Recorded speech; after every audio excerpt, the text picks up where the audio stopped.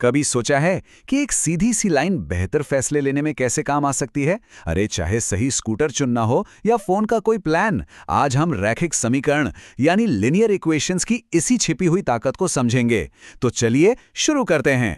जरा सोचिए, एक जरूरी मीटिंग के लिए देर हो रही है। सामने दो स्कूटर खड़े हैं। एक को लेने का शुरुआती खर्चा कम लगता है, पर दूसरे का हर मिनट का चार्ज कम है और घड़ी की सुई तो टिक टिक करके भागे जा रही है। अब सवाल यह है कि कौन सा वाला असल में सस्ता पड़ेगा। ये वो छोटे छोटे फैसले होते हैं जिनका सीधा असर हमारी जेब पर पड़ता है। और कंफ्यूजन यहीं पर है। देखिए, कंपनी ए का $1 का तो शुरुआती चार्ज है, लेकिन उसके बाद हर मिनट का रेट कम है। वहीं कंपनी बी को अनलॉक करने का कोई चार्ज नहीं, जो सुनने में तो बड़ा अच्छा लगता है, लेकिन वो हर मिनट के ज्यादा पैसे ले रही है। तो बेहतर क्या है? इसका जवाब पूरी तरह से इस बात पर टिका है कि सफर आखिर कितना लंबा होने वाला है। इस सारी उलझन को दूर करने के लिए हम इसे एक ऐसी भाषा में बदलेंगे जो कभी झूठ नहीं बोलती, और वो है गणित की भाषा। बस यहीं से अंदाजा लगाना बंद होता है और हिसाब किताब शुरू होता है, और देखते ही देखते हमारा चुनाव एक पक्के फैसले में बदल जाता है। और इस पूरे समाधान का जो हीरो है वो है रैखिक समीकरण। इसे एक सीधे साधे फॉर्मूले की तरह समझिए, जो दो चीजों के बीच एक सीधा रिश्ता दिखाता है। हमारे इस केस में वो दो चीजें हैं समय और पैसा। मतलब जैसे जैसे एक चीज बढ़ती है, दूसरी भी एक तय रफ्तार से बढ़ती है। अरे नहीं, ये सिर्फ स्कूल की किताबों वाला मैथ नहीं है। ये रैखिक समीकरण तो एक भविष्यवाणी करने वाले टूल की तरह हैं। ये हमें ये देखने में मदद करते हैं कि अलग अलग हालात में खर्चा कैसे बदलेगा, जिससे हमें पूरी सटीकता के साथ प्लानिंग करने की ताकत मिलती है। लेकिन सुनिए, इस तरह की मुश्किलों को सुलझाने का ये जबरदस्त आइडिया कोई बिल्कुल नया नहीं है।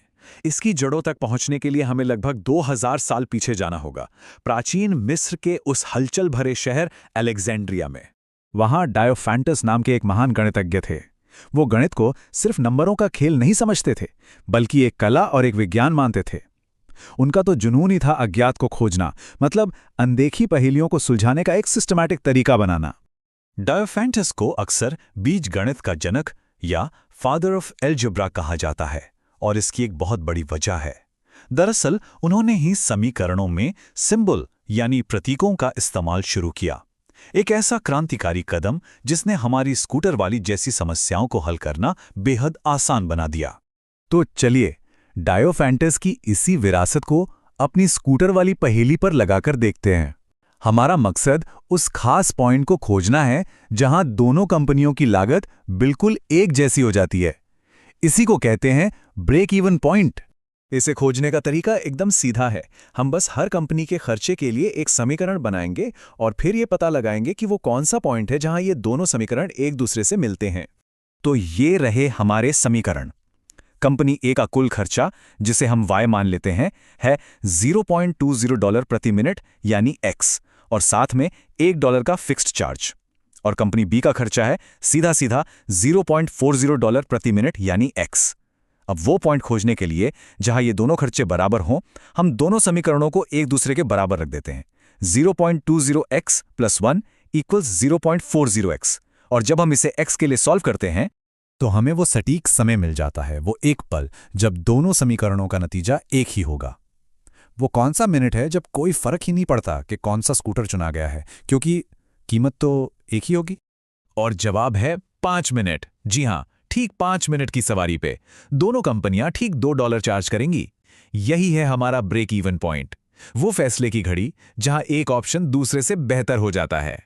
और इससे हमें एक बहुत ही आसान सा नियम मिल जाता है। अगर सवारी 5 मिनट से कम की है तो कंपनी बी चुने, 5 मिनट से ज्यादा की है तो कंपनी ए पैसे बचाएगी। देखा, गणित ने एक उलझन भरे चुनाव को एक ठोस फैक्ट्स पर आधारित स्ट्रैटेजी में बदल दिया। लेकिन इस सोच की ताकत स्कूटर से कहीं ज्यादा है। एक बार अगर इस तरह के ब्रेक इवन पॉइंट्स की तलाश शुरू कर दी जाए तो ये हमें अपने आसपास हर जगह दिखने लगेंगे। सोचिए जरा, 2 सेलफोन प्लान्स की तुलना करनी हो। एक में मंथली फीस कम है लेकिन डेटा महंगा है, दूसरे में ठीक इसका उल्टा। अपने इस्तेमाल के हिसाब से ब्रेक इवन पॉइंट कहाँ होगा? या फिर किसी बिजनेस के लिए मुनाफे का अंदाजा लगाना हो। इन सभी सिचुएशंस में रैखिक समीकरण एकदम साफ तस्वीर दिखाते हैं।